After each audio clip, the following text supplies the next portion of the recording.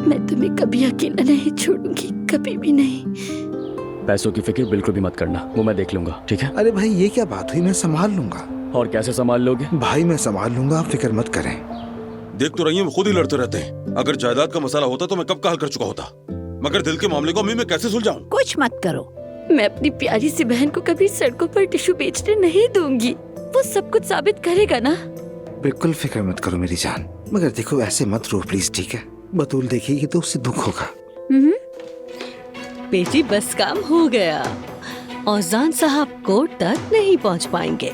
और फिर बतूल की कस्टडी जुमाना से लेकर वो आपको दे देंगे। क्या प्लान है अम्मी? शायद मेरा फोन घर पर ही रह गया है। आपा जल्दी करें। बतूल मेरे पास फोन नहीं है। मैं बस आपसे उस बच्चे की खातिर मदद मांग रहा हूँ,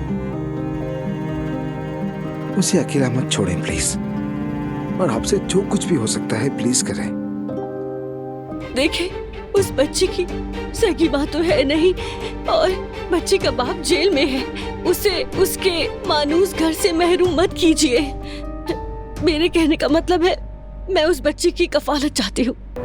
अभी तुम्हें मुश्किल लग रहा है, लेकिन मुस्तकबिल में तुम्हारे लिए फंसने से बेहतर है कि अभी ये सब कुछ सहलाओ। मुस्तकबिल में तुम इस ताल्लुक को खत्म करने पर बहुत खुश होगी।